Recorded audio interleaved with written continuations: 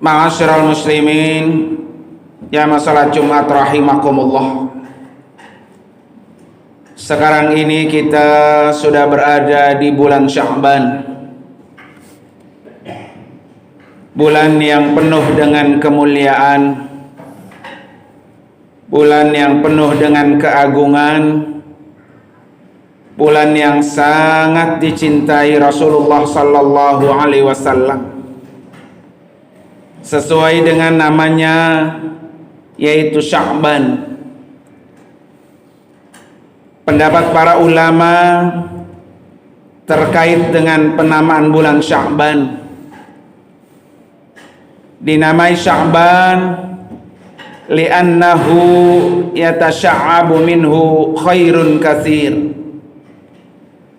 Wa qila ma'nahu Sya'ban mustaqqun minasy-sya'bi wa huwa tariqun fil jabali fahuwa tariqul khairi. Bulan Sya'ban ini dinamai dengan Sya'ban karena banyak cabang-cabang kebaikan pada bulan ini. Sebagian ulama mengatakan Sya'ban berasal dari kata sya'ab yang bermakna terpancarnya keutamaan. Menurut ulama lain, Sya'ban ini berasal dari kata asy-sya'abu, sebuah jalan di gunung yang tidak lain adalah jalan kebaikan. Sementara sebagian ulama lain mengatakan Sya'ban berasal dari kata asy-sya'bu, secara harfiah menambal, di mana Allah Subhanahu wa taala menambal atau menghibur atau mengobati patah hati hambanya di bulan Sya'ban. Ada pula ulama yang memahami bulan Sya'ban ini dengan makna selain yang disebutkan tadi. Ma'asyiral muslimin rahimakumullah. Tentu kita tidak mengagungkan bulan Sya'ban ini karena keagungan bulan tersebut, tetapi kita mengagungkan bulan Sya'ban ini karena ada beberapa peristiwa-peristiwa yang sangat penting yang terjadi di bulan Sya'ban dan dialami oleh Rasulullah sallallahu alaihi wasallam, dan juga ada beberapa hal yang membuat kita perlu mengingat dan merayakannya agar kita mencintai dan mengagungkan siapa yang mengalami peristiwa-peristiwa penting itu. Ma'asyiral muslimin rahimakumullah. Peristiwa yang sangat penting terjadi di bulan Sya'ban. Yang pertama, tahwilul kiblah, perpindahan arah kiblat. Perpindahan kiblat kaum muslimin yang awalnya mereka itu beribadah menghadap ke Baitul Maqdis, Masjidil Aqsa yang berlokasi di Palestina, kemudian dipindahkan menghadap ke Baitullah, Masjidil Haram yang berada di kota Makkah Al-Mukarramah. Setelah sekian lama Rasulullah sallallahu alaihi wasallam mendambakan agar kiblat kaum muslimin itu menghadap ke Masjidil Haram yang berada di kota Makkah Al-Mukarramah.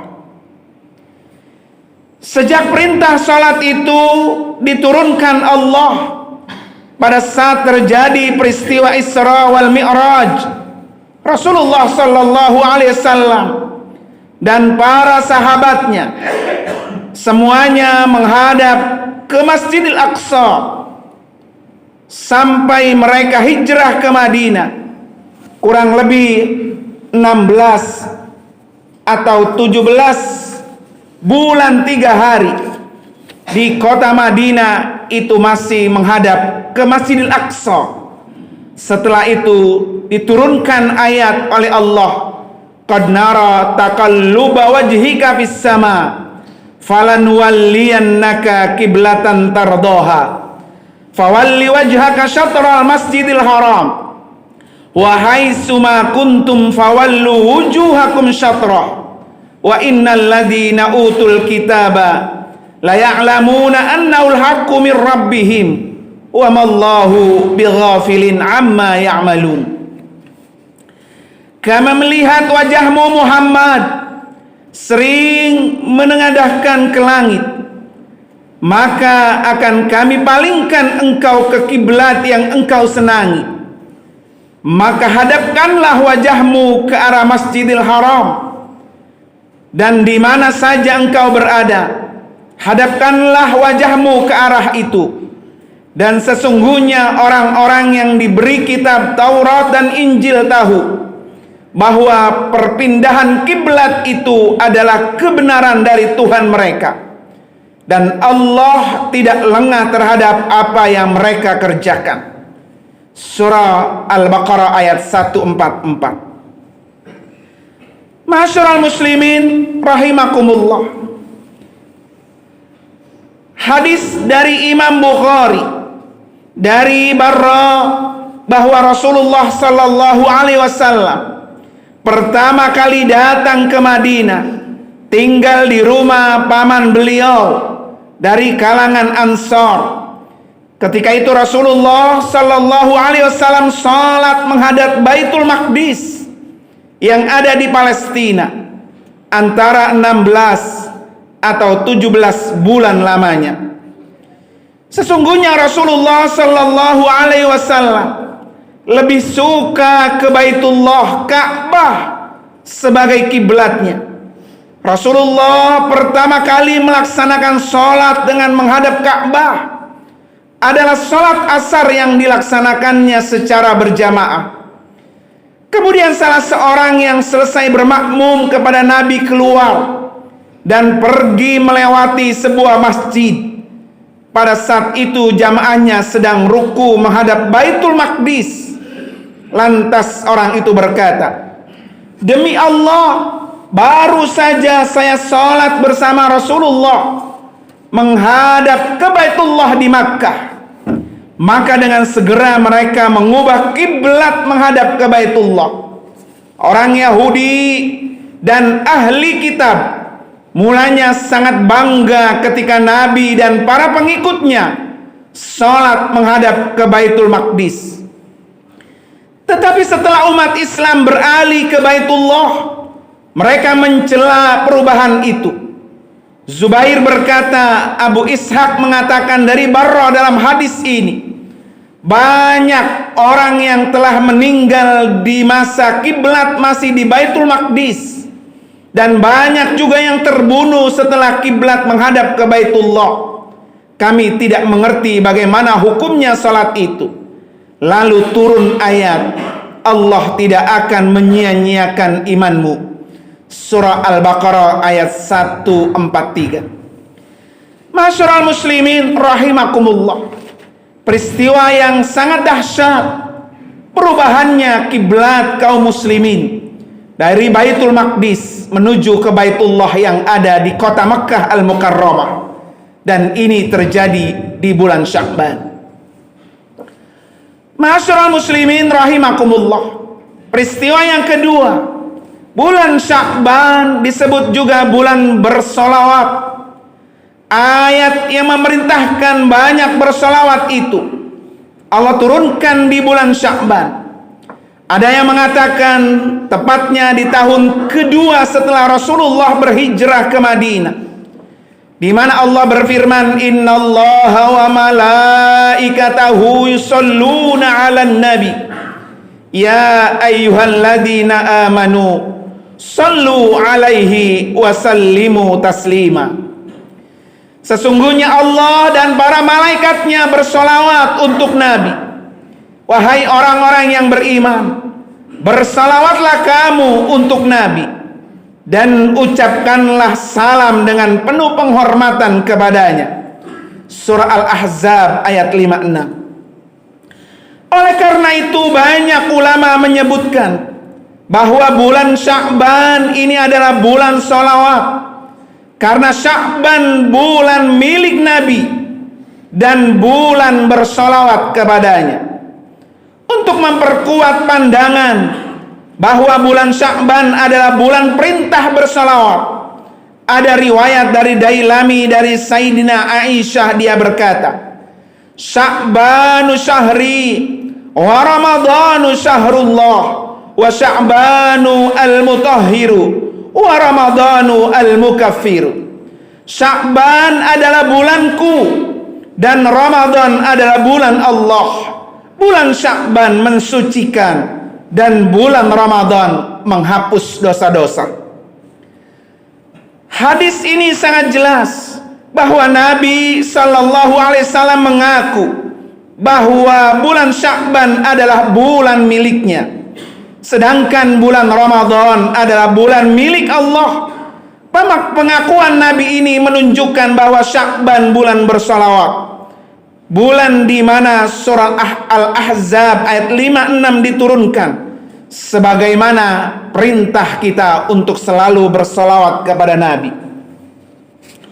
Ma'asyiral muslimin rahimakumullah, karena itu di bulan yang sangat baik ini sudah sepantasnya kita selalu bersolawat kepada Rasulullah Sallallahu Alaihi Wasallam, karena keutamaan solawat kepada Nabi ini banyak memiliki keutamaan, dan keutamaan itu akan semakin bermakna ketika kita bersolawat di bulan Sya'ban ini, di mana Rasulullah Sallallahu Alaihi Wasallam bersabda, "Man shalla alayya salatan, sallallahu alaihi biha asyra."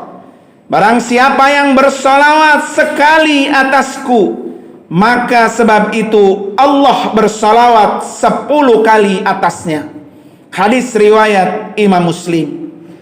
Allah Subhanahu wa ta'ala bersolawat 10 kali adalah tambahan rahmatnya dan pahala solawat yang dilipat gandakan kepada umat Nabi Muhammad Sallallahu Alaihi Wasallam yang selalu bersolawat, terkhusus bersolawat pada bulan Sya'ban ini. Ma'asyiral muslimin rahimakumullah, peristiwa yang ketiga, bulan Sya'ban ini adalah bulan, ada satu malam yang sangat dimuliakan, yaitu malam nisfu Sya'ban. Pertengahan malam bulan Sya'ban adalah malam yang sangat istimewa, di mana pada malam itu amal manusia akan diperlihatkan atau dilaporkan ke hadapan Allah Subhanahu wa ta'ala, dan Allah akan menyaksikan hambanya pada malam itu. Jika ada orang yang memohon ampun kepada Allah Subhanahu wa ta'ala, maka Allah pasti akan ampuni segala dosa-dosanya. Jika pada malam itu ada orang yang berdoa kepadanya, maka Allah pasti akan mengabulkan segala doa-doanya. Bulan Sya'ban ini dikenal sebagai bulan turfa'u fihi al-a'malu ila rabbil alamin, yaitu bulan diangkat amal perbuatan manusia kepada Allah Subhanahu wa ta'ala. Bulan yang sering dilalaikan manusia, karena bulan Sya'ban ini adalah bulan yang terjepit antara bulan Rajab dan bulan Ramadan. Oleh karena itu Sallallahu Alaihi Wasallam, Nabi kita mengatakan bahwa huwa syahrun turfa'u fihi al-a'malu ila rabbil alamin fa uhibbu ay yurfa'a amali wa ana sha'im. Bulan Sya'ban bulan diangkatnya amal manusia ke hadapan Allah Subhanahu wa ta'ala, dan aku sangat suka ketika amalku dilaporkan ke hadapan Allah, aku sedang melakukan ibadah puasa. Diangkatnya amal manusia itu terjadi beberapa tahap. Ada amal manusia yang dilaporkan setiap tahunnya, yaitu pada bulan Sya'ban ini. Seluruh amal ibadah kita tercatat rapih oleh malaikat. Kemudian amal ibadah kita selama 1 tahun ini dilaporkan oleh malaikat ke hadapan Allah pada bulan Sya'ban ini. Ada yang dilaporkan amal ibadah kita setiap pekannya, yaitu pada setiap hari Senin dan hari Kamis. Amal ibadah kita selama 1 pekan dilaporkan oleh malaikat pada hari Senin dan hari Kamis, sehingga akhirnya Rasulullah Sallallahu Alaihi Wasallam menganjurkan kepada kita sebagai umatnya, saat amal ibadah kita dilaporkan ke hadapan Allah setiap pekannya, kita dalam keadaan berpuasa, yaitu puasa sunnah hari Senin dan puasa sunnah hari Kamis. Rasulullah mengatakan, tu'radul a'mal yaumal isnaini wal khamis fa uhibbu an yu'rada amali wa ana sha'im. Dilaporkannya amalan manusia di hadapan Allah setiap pada hari Senin dan hari Kamis, maka aku suka jika amalku dilaporkan sedangkan aku sedang berpuasa. Hadis riwayat Imam At-Tirmizi. Masyarul muslimin rahimakumullah, keutamaan hari Senin dan hari Kamis secara umum dijelaskan dalam hadis Abu Hurairah, di mana Rasulullah bersabda, tuftahu abwabul jannah yaumal isnaini wa yaumal khamis fayughfaru likulli abdin la yusyriku billahi syai'a illa rajulan kanat bainahu wa baina akhihi syahna'u fayuqalu anziru hadaini hatta yastaliha, anziru hadaini hatta yastaliha. Pintu surga dibuka pada hari Senin dan hari Kamis. Setiap hamba yang tidak berbuat syirik kepada Allah sedikit pun akan diampuni pada hari Senin dan Kamis, kecuali seseorang yang memiliki permusuhan antara dirinya dan saudaranya. Nanti akan dikatakan kepada mereka, akhirkan urusan mereka sampai mereka berdua berdamai. Hadis riwayat Imam Muslim. Masyarul muslimin rahimakumullah, di samping itu ada juga waktu-waktu tertentu yang bisa kita manfaatkan untuk memperbanyak ibadah kita, terutama saat ibadah kita ini dilaporkan oleh Allah, dilaporkan oleh malaikat ke hadapan Allah. Karena dalam satu riwayat Rasulullah mengatakan, bulan Sya'ban ini adalah bulan yang banyak dilalaikan oleh manusia. Dzalika syahrun yaghfulun nas anhu baina Rajabin wa Ramadan. Bulan Sya'ban ini bulan yang banyak dilalaikan manusia antara bulan Rajab dan bulan Ramadan. Masyarul muslimin rahimakumullah. Oleh karena itu, mari kita sudah berada di pertengahan bulan Sya'ban ini. Sedikit lagi kita akan memasuki bulan Ramadan. Allahumma barik lana fi Sya'bana wa ballighna Ramadana. Ya Allah, berkahi kami bulan Sya'ban ini dan pertemukan kami dengan bulan Ramadan. Barakallahu li wa lakum fil Qur'anil Karim wa nafa'ani wa iyyakum bima fihi minal ayati wad dzikril hakim. Wa taqabbala minni wa minkum tilawatahu innahu samiul alim. Aqulu qawli hada wa astaghfirullahal azim li wa lakum wa lisairil muslimina wal muslimat wal mu'minina wal mu'minat min kulli dhanbin fastaghfiruhu wal ghafurur rahim.